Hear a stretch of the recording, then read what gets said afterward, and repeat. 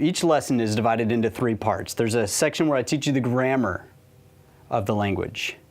There's a section where I take that grammar and I put it into a whole bunch of sentences on the board, Latin sentences with Latin words, and we go through those sentences together, sentence by sentence, word by word, so that you see how this language works.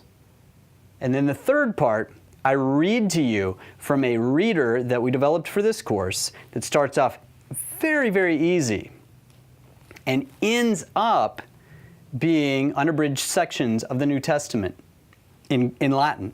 So you go from easy to difficult. Some people break it down in different ways. Look, if you're a quick learner, you can rush through the whole course. You can take the lesson and plow through it all in one day.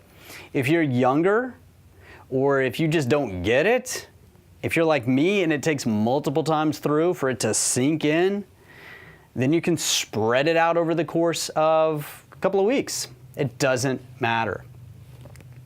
Some of my students will watch the grammar section on Monday and then do the worksheets on Tuesday, then watch the sentences on the board on Wednesday, then do the worksheets on the sentence worksheets on Thursday, then they'll watch the reading section on Friday and follow along. And as I'm reading to them, by the way, the words are appearing on the screen, and so they're seeing the words, they're hearing the words, they can even pause and repeat the words. The language is coming at their head from all different directions, which you need to do if you're going to learn a language. You got to practice speaking it and reading it.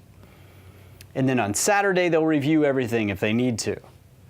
And then on Sunday, I tell them, hey, take the day off.